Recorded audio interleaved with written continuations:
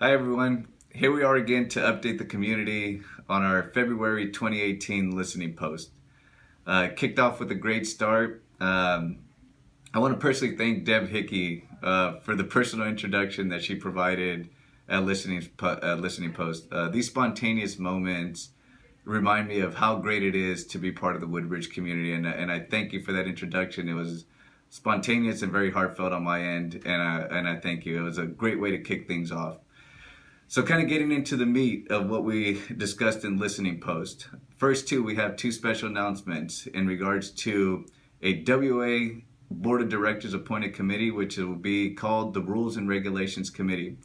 We currently have applications at the front desk if you're interested in serving on this committee, which will have direction strictly from the board in reviewing governing docs for the association and helping and assisting with possible rewrites.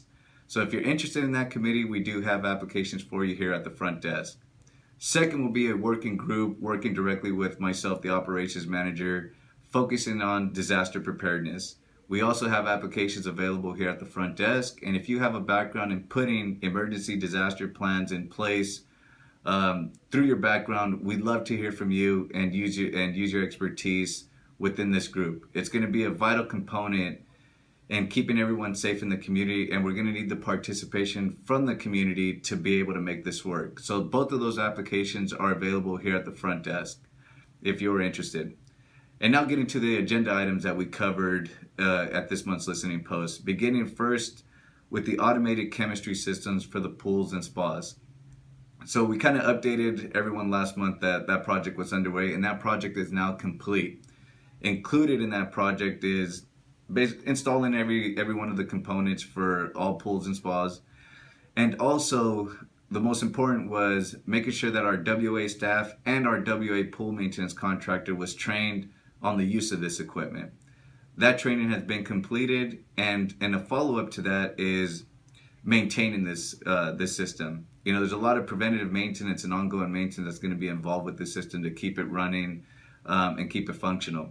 So Juan Barajas, our maintenance supervisor, has created a binder with the preventative maintenance log, checklist, and everything that we need included to make sure that we're maintaining this equipment in the correct manner to keep it functioning over, long amount of years. And hopefully we see some benefits of that very soon. So that project is complete. Any additional questions that you may have, you contact me here at the front desk and I'll be glad to answer them for you. Now the next item that we covered is radar speed limit signs and WA common area trip hazards. So let's begin first with the radar speed limit signs. We did meet with the city of Manteca, and in regards to these signs, there's a couple obstacles that are going to be in our way. First and foremost, we're going to require approval from the city of Manteca and with specifications on what's going to be required to install these signs.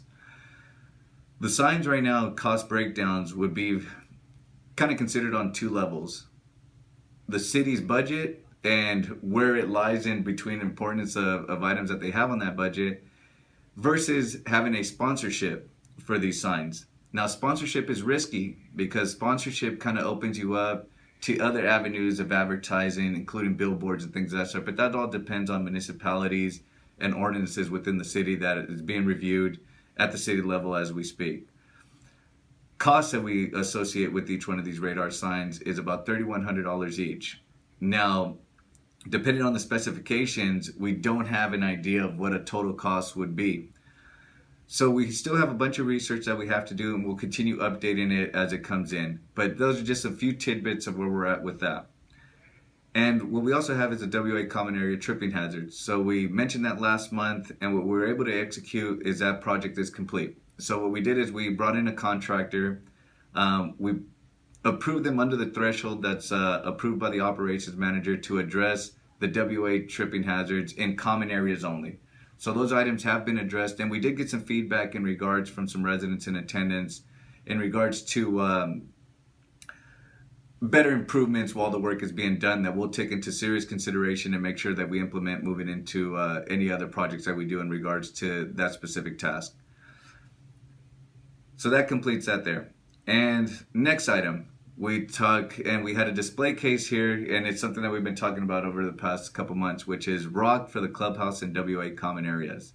So what we had at Listening Post was something pretty cool that Juan Barajas, our maintenance supervisor, put together as which was an awesome display with a selection of a variety of rocks for people to take a look at. What we did have is a suggestion form available as well too. And what we wanted to be clear is that it's not a vote. It's not a most popular rock gets the win. We're going to have to investigate pricing, how the rock is adequate for this for the areas where it be needed, and does it address the concerns that we have in replacing rock. So a lot of variables are going to come into place when we investigate this further. But final recommendations will be made to the board of directors for them to decide how we're going to proceed. So if you're interested in filling out a suggestion form, we will have that display available here at the clubhouse for you to come and grab a suggestion form and include your feedback. If there's a rock that you do not see in the display case and you feel it is an adequate fit or you would like to see investigated, add that to the suggestion form and drop it in the suggestion box, and we'll take all matters into consideration. And for your viewing pleasure, this is what the display looks like here. So it's located here at the main room here at the clubhouse. Like I said, we got the suggestion forms here and the drop-off box here. So like I said, if you're interested in coming and taking a look at the display, come take a look, fill out a suggestion form, and drop it here at the box. So we'll keep you up to date on that, and hopefully we could execute this within the next couple months and get direction on where we're going to go. Now the next item that we had was disaster preparedness plan for Woodbridge. Now we made an announcement earlier about the applications that we have available at the front desk, and we kind of discussed the parameters for putting a plan into place and kind of detailing the steps that we're going to take in producing a disaster plan, a preparedness plan for the community. And I can't stress how much it's going to be important to get community members involved in this process. So like I said, we'll detail all the steps as we move forward, and we'll make announcements once a group is formed. But it's all based on community participation. So it's important that you guys reach out, and if you're interested, have the background in this, to pick up an application at the front desk and submit it so we could get moving on this. And more updates will be available. Last but not least, we had a special segment introducing Jenny Custodio, our new activities and events coordinator. So Jenny was in attendance for her first listening post, introducing herself to the members in attendance. And she was welcomed with strong greetings, and a little nervous, but I think she did very well in presenting herself. And we're very confident in her abilities, and we're very confident that she's going to produce and yield the results that we seek in our activities department. And just a quick note, we did receive a text from John Baber. He did make it safely to New York. All is well over there. He's reached out to us to see how the transition is going. We told him that, with his help with the manual and Jenny's experience and familiarity with processes in regards to WA operations, the transition is going smoothly. So as much as we wish John the best in his endeavors in New York, we also wish the same for Jenny in her new endeavor here at Woodbridge, and wish her nothing but the best. And, we look forward to her growing and being a successful team member within the organization. And now, here for all you, Jenny Custodio. Hi folks, I am Jenny. I'm the new activities coordinator here at Woodbridge, and I've had the pleasure to meet several of you over my first 2 weeks here, and I encourage more of you to stop by. I'd love to meet you, and I'm glad to be here. Thank you. So that kind of wraps up everything that we discussed in the listening post. So I encourage everyone, if you haven't attended a listening post, come and check it out.